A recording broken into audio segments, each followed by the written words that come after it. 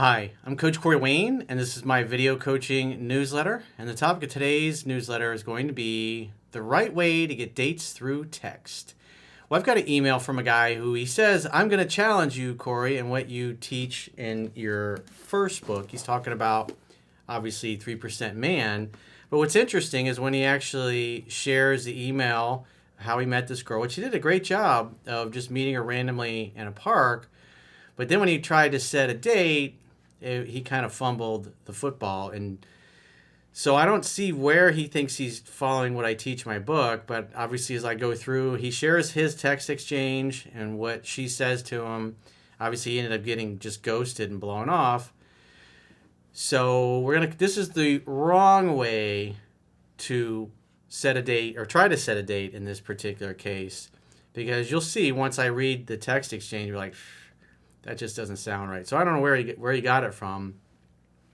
But it's important to do this right because this guy walked up to her randomly in the park, started a conversation, had a good conversation for about 10 minutes. And then a little while, he gave out his number. I don't think he has his phone with him. Gives out his number, and a little while later, she texted him. And then he just kind of totally fumbled the football after that. So this is how to avoid unnecessarily shooting yourself in the foot after you took the risk and tried to pick a girl up in person. So I got a quote that I wrote, and then we'll go through his email because this is a good one to learn from. This is what not to do. And so the quote says, when it comes to setting dates, men should be direct and decisive and get straight to the point without beating around the bush, trying to be funny through text, or having long, drawn-out, boring conversations. A good way to invite a woman on a date is to say, we should get together for drinks, dinner, walk in the park, coffee, etc. When are you free? Depending on the level of rapport and time you spent together when you first met. The less rapport and time together when you met should mean meeting up. The more rapport and time you spent together should result in you picking her up at home. Never be forceful, controlling, or demanding when setting dates. Simply extend an invitation she can accept with enthusiasm or politely decline. So he says, hi, Coach, how are you? Doing swell, thanks. Obviously better than you.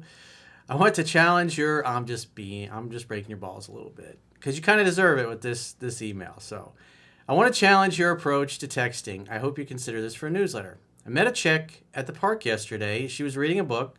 So I approached and told her that she looked super cute and started chatting. So he was direct and he was decisive. He noticed what he liked about her and told her, you're super cute. Not holding anything back. So as soon as that comes out of his mouth, she knows he's there because he finds her attractive. There's no flying under the radar, trying to act like he's just coming up to make small talk. He's being direct and decisive and getting to the point. He says, we talked and laughed for around 10 minutes about non-serious topics, and then I gave her my number because I didn't have my phone at the time. Then I left. A half hour later, she texted me. So this is all a good sign. Great job for having the guts to go up to a random girl in the park who's actually reading a book. A lot of guys would be very intimidated to try to approach a woman who's on her phone or doing something because they wouldn't want to bother her.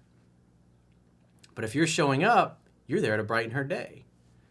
You're there to invite her out with the best time that she could ever have. She says, hey, I'm the girl in the park, haha. And then he says, hey, girl from the park. So now what he says next is just, it's kind of cringe. He says, cool, we will get together to have a beer or ice cream or both one of these days. And then he says, how are you finishing your day? I ordered a pizza. He says, after that, no response. The silence is deafening.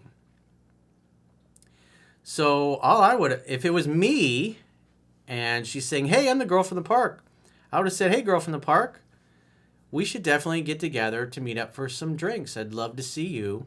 What's your schedule like? When are you free? That's it. That's all you got to do. Simple as that. He says, I'm sure the approach was fine. I agree. Otherwise, she wouldn't have texted me later. Yeah, everything was great up until your reply. He says, it's kind of frustrating to think that I have to always be considering the subconscious cues I am communicating with every single text. So in that sense, he's trying to basically disassociate. I didn't screw up, wasn't me. I'm not the one that farted. But he's the one that texted it back. So you can tell on some level he's going, yeah, I don't think the text exchange was there. So he says, don't reply too fast. Don't reply too much or double text. Be straightforward and very direct. Show indifference.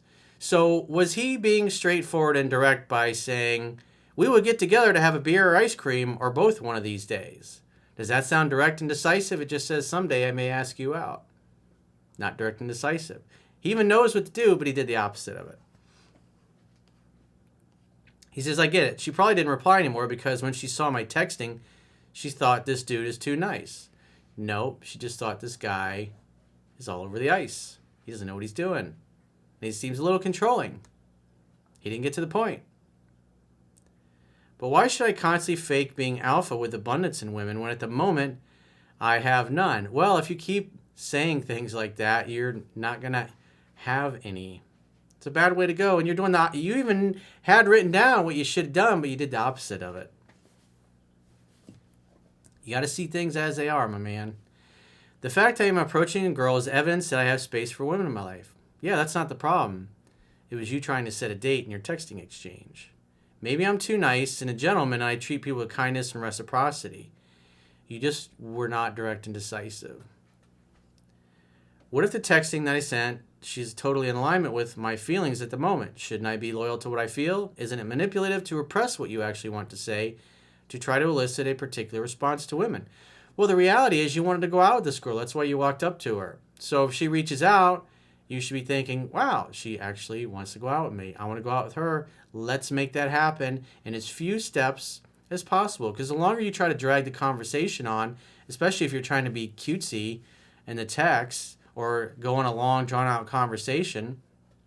I mean, you can even go on the dating apps. There's lots of women putting their profiles that drives them up a wall, going back and forth, and the guy never gets around to asking her out. So this day and age, most women are on text. They're on the dating apps. They're messaging.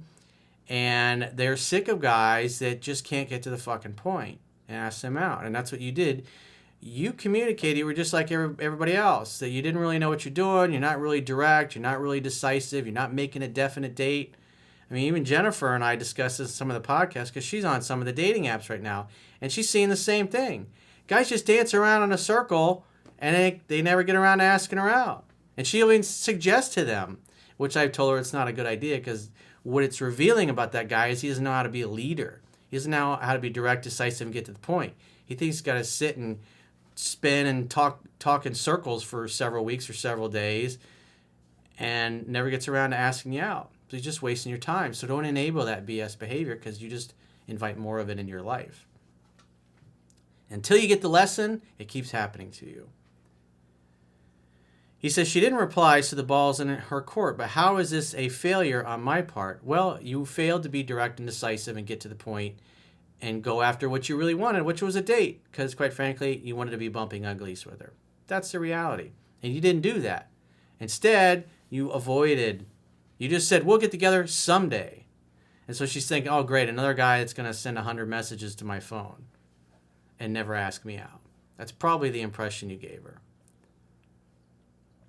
He says, why isn't it a success even if I don't ever see her again? Well, it was all great until she texted you. Your response was where you blew it.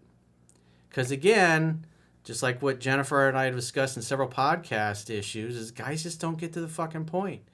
And you communicated that you're just like all the rest. You're like one of those guys that's just going to waste her time for probably days and weeks on end and never get around to asking her out. You just talk about going out someday instead of just saying, hey, great to hear from you. I'd love to see you again. What's your schedule like? We should get together. Something along those lines. Very simple. Not like what he said, which was, we will get together, have a beer or ice cream or both one of these days. One of these days? How's that direct and decisive? That's just leaving it up in the air. So these are like this little subtle differences that make the difference. You're trying to set yourself apart.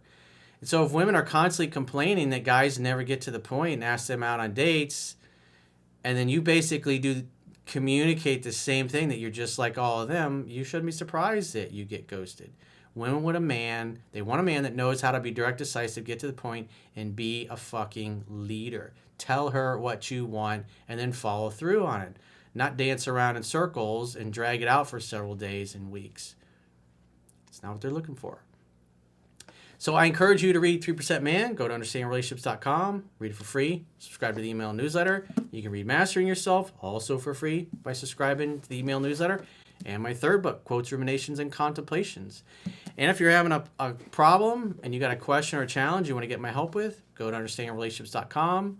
Click the products tab and order a coaching session with yours truly. Until next time, I will talk to you soon.